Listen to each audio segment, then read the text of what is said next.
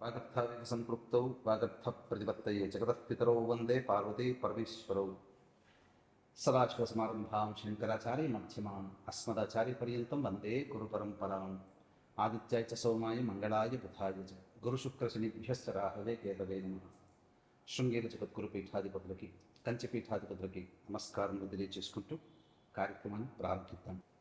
ఆదిత్యాయ చ సోమాయ మంగళాయ బుధాయ చ గురుశుక్రశనిభ్యశ్చ రాహవే కేతవే నమః.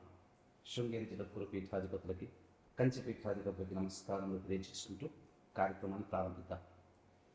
ఈ రోజున మనము నవంబర్ 16వ తారీఖు రోజు నుంచి నవంబర్ 30వ తారీఖు వరకు ఉన్నటువంటి గ్రహ సంచార రీత్యా ద్వాదశ రాశుల వారికి ఏ విధంగా ఉండబోతుంది, అలాగే ఏ ఏ రోజుల్లో ఏ విధంగా ఖర్చులు ఎప్పుడు ఉంటాయి, ఆదాయం ఎప్పుడు ఎక్కువగా ఉంటుంది, మానసికంగా ప్రశాంతంగా ఎప్పుడు ఉంటారు, అలాగే ఆందోళనతో కూడుకున్నటువంటి రోజులు ఎప్పుడు ఉంటాయి, ఆరోగ్యంతో ఎలా అనారోగ్యంతో ఎప్పుడు బాధపడుతుంటారు ఇత్యాది అనేక విషయాల గురించి విపులంగా ఈ కార్యక్రమంలో చర్చించుకోబోతున్నాం. తులారాశి వారికి నవంబర్ 16వ తారీఖు నుంచి 30వ తారీఖు వరకు ఏ విధంగా ఉండబోతుందో తెలుసుకునే ముందు గ్రహ సంచారం తెలుసుకుందాం. తులారాశికి 2వ ఇంట రవి బుధుడు, 3వ ఇంట శుక్రుడు, అలాగే 5వ ఇంట శని, 6వ ఇంట రాహువు, 8వ ఇంట గురువు, అలాగే 10వ ఇంట కుజుడు, 12వ ఇంట కేతువు.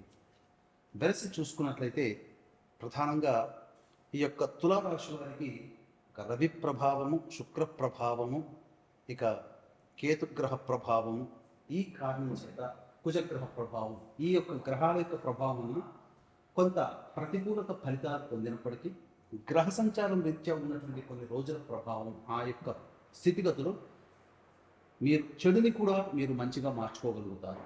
కాబట్టి దైవానుగ్రహంతో ముందడుగు వేసే ప్రయత్నం చేయండి. గురువు అనుగ్రహం సంపూర్ణంగా ఉన్నటువంటి సమయం వచ్చే సంవత్సరం ఉగాది వరకు. కాబట్టి నిర్భయంగా అనుకున్నటువంటి పనులలో మీరు ముందుకు సాగండి. ముఖ్యంగా ఉద్యోగంలో ఉన్నటువంటి వారు అధికారులతో, తోటి ఉద్యోగస్తులతో వాగ్వివాదాలకి సమయం కాదు. వివాహార్థులకి అనగా వివాహం కావాల్సిన అమ్మాయిలకి అబ్బాయిలకి బాగా కష్టపడితే తప్ప వివాహం అనేటువంటి సంబంధాలు కుదరవు. ఇక ముఖ్యంగా నూతనంగా వ్యాపార విస్తరణ కానీ, వ్యాపార పెట్టుబడులకి కానీ ఈ యొక్క తులారాశి వారికి అనుకూలమైన సమయం కాదు. లాయర్ వృత్తిలో ఉన్నటువంటి వాళ్ళు, మైనింగ్ వృత్తిలో ఉన్నటువంటి వాళ్ళు, రైతులు, రియల్ ఎస్టేట్ రంగంలో ఉన్నవారు, ఏజెంట్స్గా పనిచేస్తున్నటువంటి వాళ్ళు, అలాగే ఎలక్ట్రానిక్స్ రంగంలో ఉన్నటువంటి వారు కష్టములు పడక తప్పదు. సాఫ్ట్వేర్ ఉద్యోగస్తులకి ఈ తులారాశి వారికి ఉద్యోగంలో కొన్ని ఇబ్బందికర పరిస్థితులు ఏర్పడబోతున్నాయి. ఇది గమనించండి తులారాశి వారు ముఖ్యంగా.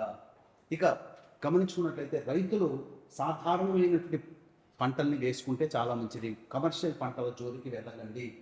ఉద్యోగం ఏ విధంగా మీరు బదిలీలు కోరుకుంటారో ఆ బదిలీలకి ఎక్కువగా ప్రయత్నం చేయాల్సినటువంటి పరిస్థితి వస్తుంది. ఒక నిరుత్సాహానికి గురయ్యే సంఘటనలు తరచూ ఉద్యోగంలో జరుగుతాయి. కాబట్టి ఎన్ని ఇబ్బందులు ఎదురైనా ఉద్యోగాన్ని వీడే ప్రయత్నాన్ని మానండి. ఉద్యోగంలోనే కొనసాగించుకునే ప్రయత్నము చేయండి. ఇక ఎఫ్ఎంసీజీ రంగంలో ఉన్నటువంటి వారు, అలాగే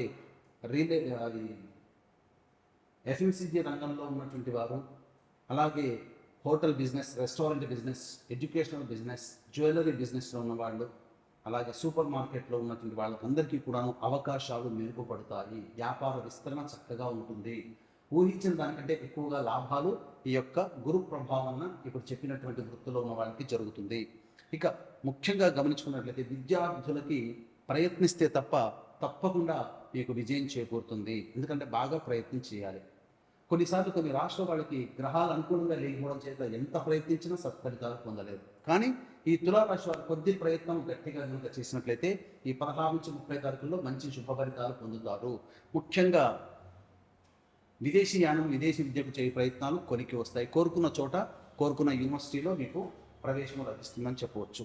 ఇక ఖర్చులు కూడా కొంత అధికంగా ఉంటాయి. మానసిక ప్రశాంతత లోపించినప్పటికీ దైవానుగ్రహంతో ముందడుగు వేస్తారు. కాబట్టి ఇట్టి దైవానుగ్రహం అందరికీ అందించాలనేటువంటి ఉద్దేశంతో త్రిపురాసురుల్ని పరమేశ్వరుడు సంహరించినటువంటి క్షేత్రం త్రిపురాంతకం. కార్తీక పౌర్ణమి సందర్భంగా త్రిపురాంతకంలో జాతకరీత్యా కలుగు విద్య, వివాహ, ఉద్యోగ, దాంపత్య, సంతాన, అనారోగ్య సమస్యల పరిష్కారార్థమే మరియు వృషభ, మిథున, కర్కాటక, సింహ, తుల, వృశ్చిక, మకర, కుంభ, మీన రాశుల్లో జన్మించినటువంటి వారికి శనిదోష పరిహారార్థమై సర్వదోష నివారణ పూజల హోమాలు పర్ హెడ్ 1500 రూపాయలకి చేయించడం జరుగుతుంది.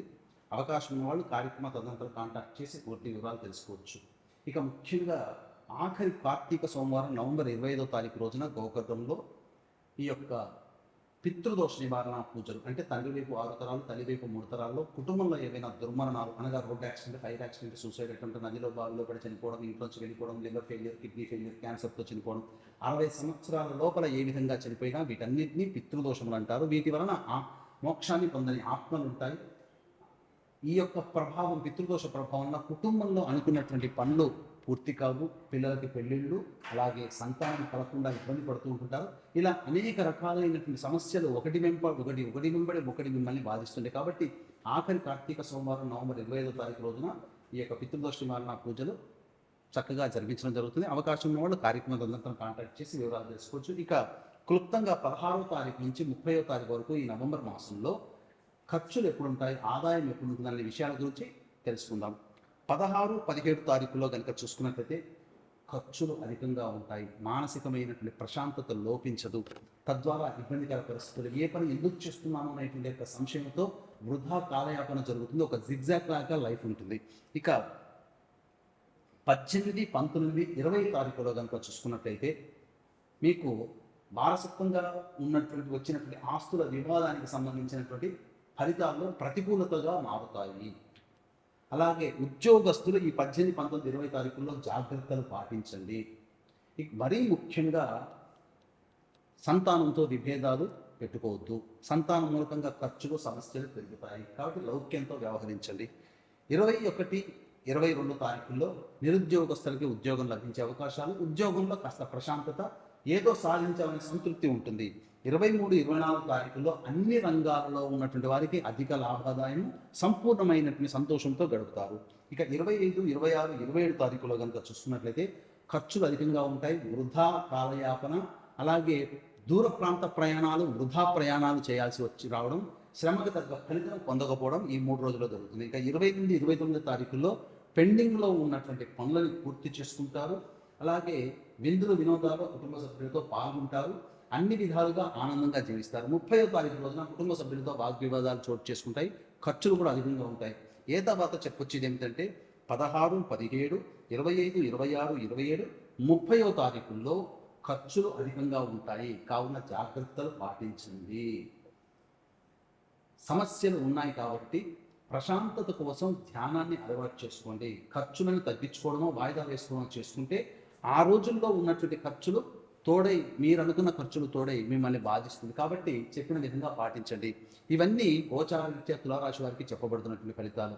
ఇక మీరు జన్మించినటువంటి సమయాన్ని బట్టి జన్మకుండల రీత్యా గ్రహ దశల, అంతర్దశల ప్రభావం వలన ఇప్పుడున్నటువంటి పరిస్థితుల కంటే విభిన్నంగా ఉండవచ్చు. కావున సమస్యల పరిష్కారం కోసం దగ్గరలోని మంచి ఉపాసనా పరులైనటువంటి జ్యోతిషుల పండితుని సంప్రదించి వారి సలహాలు, సూచనలు పాటించండి. ఇక సాధారణంగా ఈ తులారాశి వారు ప్రతిరోజు గణేష స్తోత్ర పారాయణం, కాలభైరవాష్టక పారాయణం అనేటువంటిది రోజుకు 3 సార్లు చదువుకుంటే సమస్యల నుంచి బయటపడతారని తెలియజేస్తూ సర్వం శ్రీ ఉమామహేశ్వర పరబ్రహ్మార్పణమస్తు.